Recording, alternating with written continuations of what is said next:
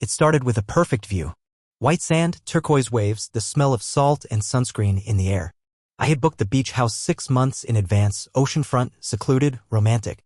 I imagined long walks at sunset, late-night talks under the stars, and maybe even healing the cracks that had started to show in our relationship. But cracks don't heal on their own. Not when someone's already decided to break you. Her name was Emily. My girlfriend of 3 years. The woman I thought I'd marry.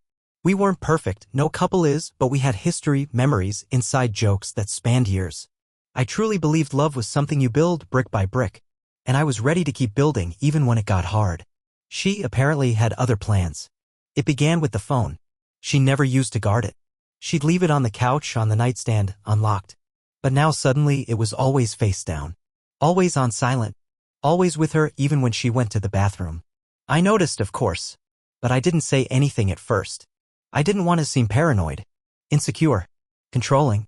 I told myself she was just distracted. Maybe work was stressful. Maybe the trip would help. So we drove down the coast, 5 hours of highway and cheap gas station coffee. I tried to joke, to sing along to songs on the radio.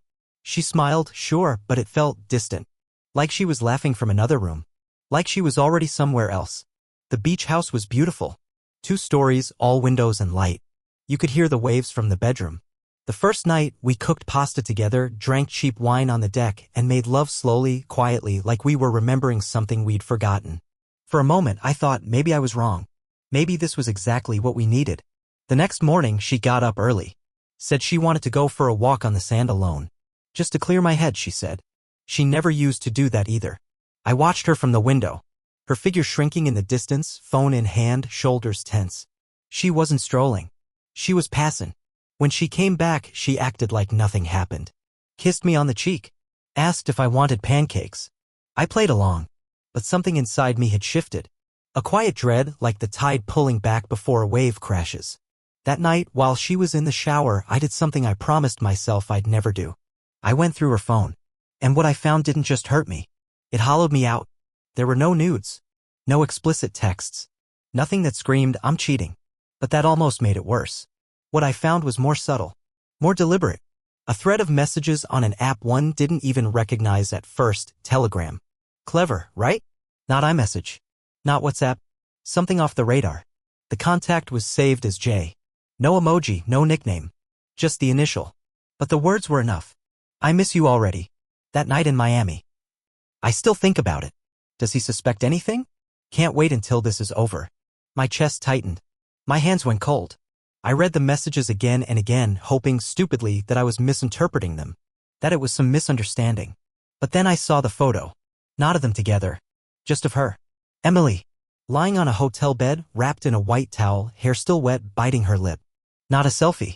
Someone else had taken it. I sat there, phone shaking in my hand, listening to the water run in the bathroom. She was humming in the shower. God.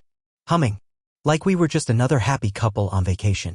Like she hadn't just detonated my heart with a few taps of her fingers. I didn't confront her. Not that night. I didn't know how. I felt paralyzed, rage, grief, disbelief all tangled up in a knot I couldn't untie. I barely slept. Just lay next to her in the dark, her breathing slow and steady while my mind raced through every memory we'd ever shared. Rewriting them. Questioning everything. The next day, I tried to act normal. I cooked breakfast. I smiled. I kissed her shoulder. And all the while, I was watching. Not just her behavior, but mine. What would I do with this knowledge? Blow up the trip? Scream at her on the beach? Leave and drive 5 hours back home, alone? Instead, I waited. Waited to see if she'd lie to my face. Around noon, she said she wanted to go into town. Look at the shops. Maybe grab a coffee. I said I'd stay back, catch up on some reading. She shrugged. Kissed me on the forehead. Love you, she said. I almost laughed. She took her beach bag, her sunglasses, her phone. I waited exactly 10 minutes.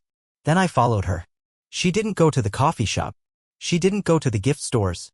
She walked 2 blocks past the edge of town, turned into a parking lot behind a cheap motel, and met him. He was taller than me. Younger, maybe. Tan. Wearing a tank top and board shorts like some beach town cliché. He wrapped his arms around her like it was the most natural thing in the world. Like she was his.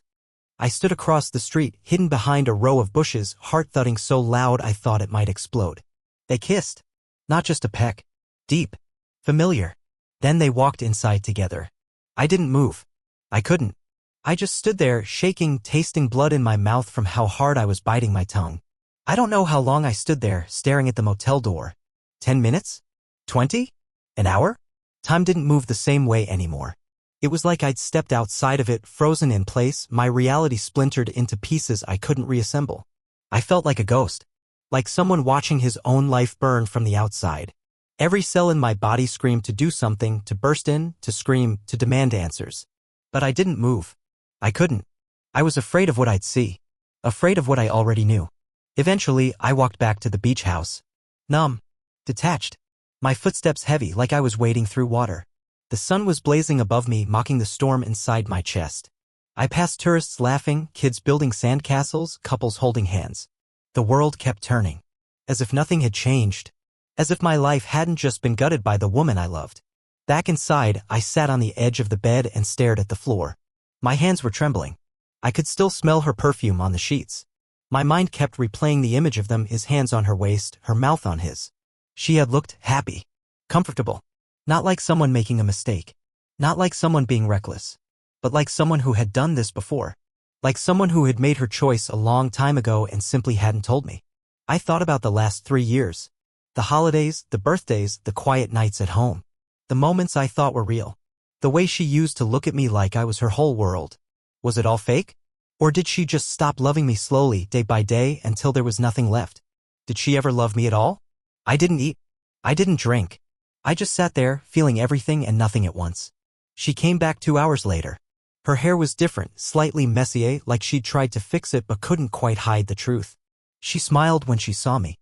Sorry I took so long, she said. Got caught up walking around. You wouldn't believe how cute the little bookstore is down there. The lie slid off her tongue like honey. I looked at her. Really looked. Not as my girlfriend. Not as the woman I thought I knew. But as a stranger. A stranger who wore Emily's face and used her voice to deceive me. I felt sick. But I still didn't say anything. Not yet. Instead, I nodded. Yeah? That's nice. She walked over and kissed me. I didn't kiss her back. She didn't seem to notice. She turned on the TV, curled up on the couch, and started scrolling through her phone, probably texting him. Maybe thanking him for the afternoon. Maybe planning the next one. She looked so casual. So normal. That was the worst part. The way she carried on like nothing had happened. Like I didn't matter. That night was unbearable. We lay in the same bed, our bodies inches apart, but it felt like there was an ocean between us. She slept soundly, curled on her side, her breathing slow and even. I watched her in the dim light from the hallway, every inhale a reminder of her betrayal. She looked peaceful. Innocent. As if she hadn't just spent the afternoon in another man's arms. As if her heart wasn't split in two, one half for me, the other for someone else. Or maybe not even split. Maybe I'd just been holding on to a heart that had already left me long ago. I didn't sleep. My thoughts were loud, chaotic. Rage boiled under my skin, but beneath that deeper was grief. Crushing, merciless grief. The death of something I'd believed in. The death of trust. I wasn't just mourning her. I was mourning the version of myself that believed in her. The man who thought love was enough. The man who thought she would never lie. By morning, I had made a decision. I needed to know everything. I didn't want to guess anymore. I didn't want to live in the space between suspicion and truth. If she was going to shatter me, I wanted it all. The full story. The ugly details. The truth, even if it destroyed me. So I played the part. The doting boyfriend. I made breakfast again, eggs, toast, coffee just the way she liked it. She smiled like I was some kind of prize. Like I was lucky to have her. The gall of it nearly made me laugh. But I smiled back. I had to. If I pushed too soon, she'd shut down. Lie more. Hide better. I was thinking we could take a boat out today, I said casually. Just the two of us. You know, really enjoy the ocean. Her eyes lit up. That sounds amazing, she said, touching my arm. Like old times? Old times? She said it like they were gone. Like we were just playing a role now. We rented a small private boat, a little luxury I was willing to pay for just this once. The captain dropped us off in a quiet cove and promised to return at sunset. It was beautiful out there. Endless blue. Gulls circling above. No one else for miles. Once we anchored, we swam. Laughed. She even kissed me in the water like nothing was wrong. Like she wasn't hollow inside. I kissed her back, but it felt like kissing a ghost. We lay on the deck later, drying in the sun. She was wearing a white bikini, sunglasses, and that same fake smile. I looked at her, heart pounding, and said, "Do you love me?" She turned toward me slowly, a little caught off guard. "Of course I do." "Then tell me the truth," I said, my voice calm. "Who is he?" Her face went pale. The smile dropped like a mask. And for a moment, just a split second, I saw her. The real her. Not the version she presented. Not the one wrapped in charm and lies. But the woman who had betrayed me. She didn't speak. She didn't have to. That silence was louder than any scream. She didn't answer at first. She just stared at me, lips slightly parted, like she was searching for a script she hadn't memorized. Her breathing changed shallower, uneven. I could almost hear the gears turning in her head as she decided whether to keep lying or finally admit it. And then, quietly, without looking me in the eyes, she said, "It's not what you think." I laughed. A bitter, humorless sound that didn't even feel like it came from me. "Don't do that," I said. "Don't insult me with cliches. Don't tell me it's complicated. Don't pretend you're the victim. I saw you, Emily. I watched you walk into that motel with him." Her mouth opened, then closed. She swallowed hard. Her sunglasses were still on, but I could see the tension in her jaw, the way her fingers fidgeted with the edge of her towel like a nervous tick. The game was over. And we both knew it. "I didn't mean for it to happen," she whispered. I wanted to scream. I wanted to grab something, anything, and throw it into the sea. But I stayed still. I had come for the truth, and I was going to get it. Every word. Every wound. "How long?" I asked, my voice low. She hesitated. "A few months." "A few months," I repeated, stunned. "While living with me. While we were planning our future." She nodded slowly, tears starting to form in her eyes. "It wasn't supposed to go this far. I met him on a work trip. In Miami. It was just drinks at first. He made me feel seen. Like I mattered again." The words hit me like waves. Not because they were shocking, but because they were so rehearsed. She had thought about this moment. Prepared for it. Maybe even fantasized about it. The confession. The tears. The sympathy. "He made you feel seen?" I repeated. "So I didn't? After everything we've built together? After everything I gave you?" She covered her face with her hands. "I don't know what's wrong with me. I didn't want to hurt you. But she did. Maybe not deliberately. But in the end, she chose herself. Her loneliness. Her ego. Her lust. Over me. Over us. You didn't just hurt me," I said. "You broke something. Something sacred." I stood up, the deck rocking gently beneath my feet. The ocean around us was calm, indifferent. I looked out at the horizon, the sun starting to dip, casting golden light across the water. I felt small. Betrayed. Completely alone, even with her sitting right there. "I think you should stay on the boat," I said. "When the captain comes back, I'll take the car. You can figure out the rest." She looked up, stunned. "You're just going to leave me here?" "No," I said. "You left me a long time ago. I'm just finally catching up." And with that, I turned my back to the woman I thought I'd spend my life with, knowing I could never look at her the same way again. I didn't wait for her to respond. I climbed down into the small skiff we had used to get from the shore to the boat, my hands trembling as I gripped the rope. The water rocked gently beneath me as if mocking my turmoil with its perfect calm. I didn't look back. I couldn't. Because I knew if I saw her crying, saw her trying to reach for me, it might weaken something in me. And I couldn't afford weakness now. Not after what I'd seen. Not after what she'd done. When I reached the shore, the sand felt different beneath my feet. I know it sounds strange, but it did. Like everything was unfamiliar now. The same beach we had walked on 2 days ago, laughing, holding hands, making plans, now felt foreign. Tainted. Like it belonged to someone else's story. I got in the car, turned the key, and sat there in silence for a long time. My hands rested on the wheel, but I didn't drive. I just stared out at the water, wondering when exactly she had started slipping away from me. Was it the late nights at work? The sudden changes in her mood? The distance I tried to close with kind words and gestures? Or had I simply been blind, choosing love over reality, believing that if I gave enough, it would be enough? I wanted to call someone. Anyone. But I didn't. How do you explain this kind of betrayal without sounding pathetic? Without feeling like a fool? Eventually, I drove back to the beach house. The place was quiet, too quiet. Her things were still everywhere, her sandals by the door, her cardigan on the arm of the couch, her perfume lingering in the bedroom like a cruel ghost. I couldn't stand it.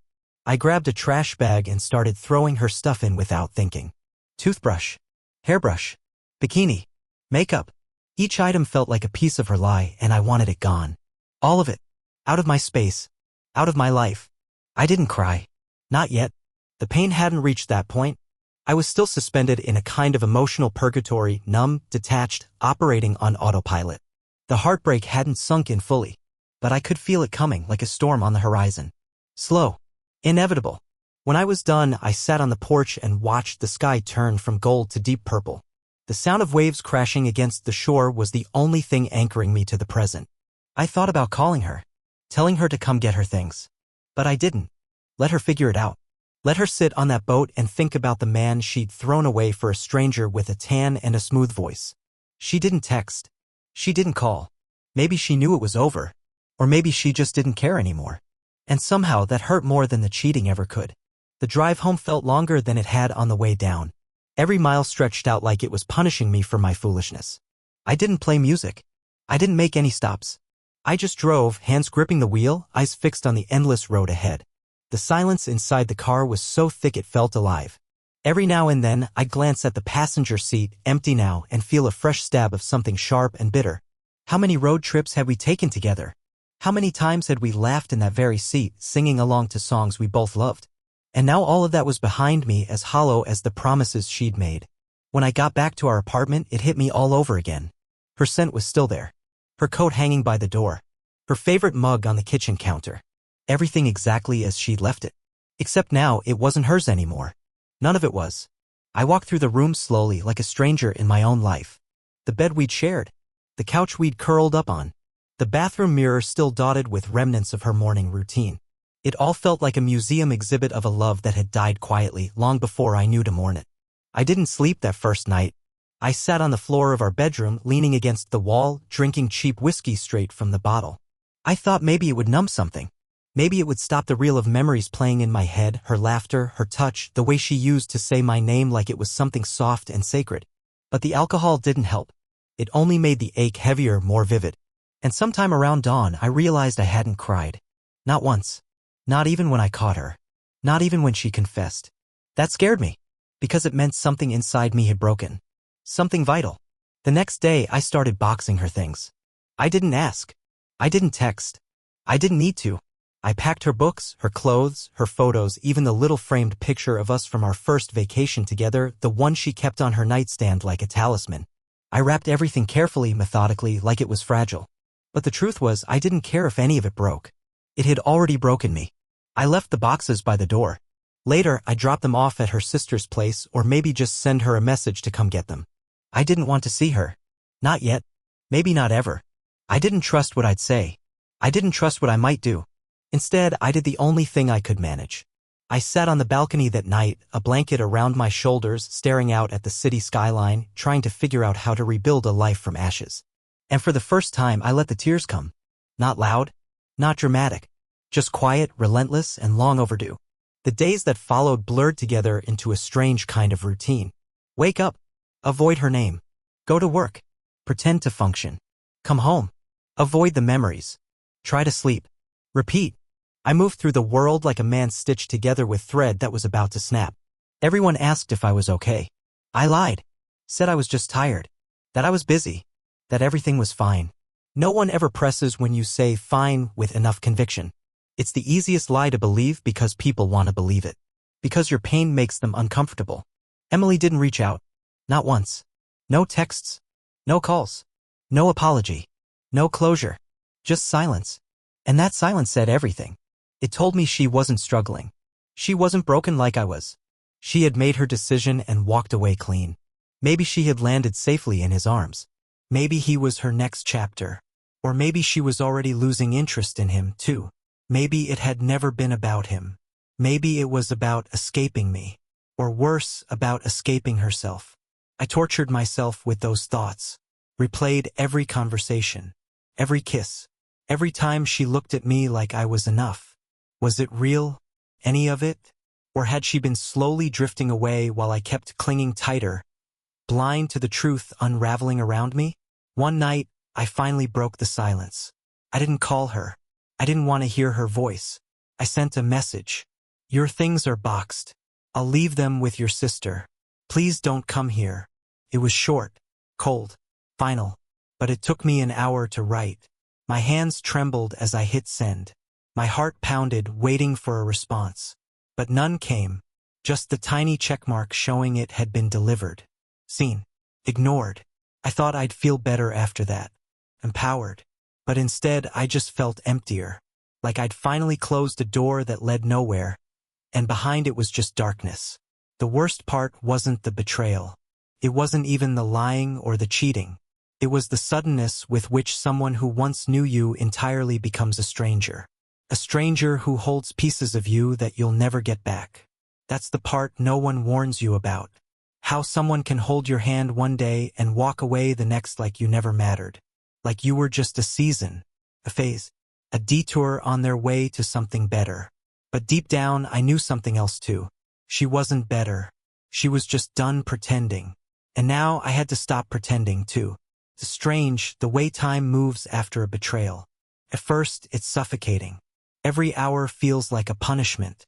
Every minute stretches out with questions you can't answer, images you can't erase, feelings you don't know where to put.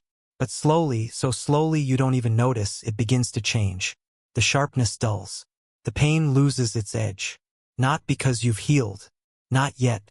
But because your body knows it can't survive in that state forever. So you begin to breathe again. Shallow at first, then deeper. You eat meals you can actually taste. You sleep fitfully, but you sleep. You go for walks. You start to talk to people again, even if it's just about the weather or the game on TV. You pretend to be okay. And eventually, some part of you starts to believe the performance. I didn't delete her number. I didn't block her on social media. I thought I would, but I didn't. Maybe part of me still wanted to see if she'd say something. Anything. But she didn't. And that silence became its own answer. One louder and more honest than anything she ever told me while she was lying to my face.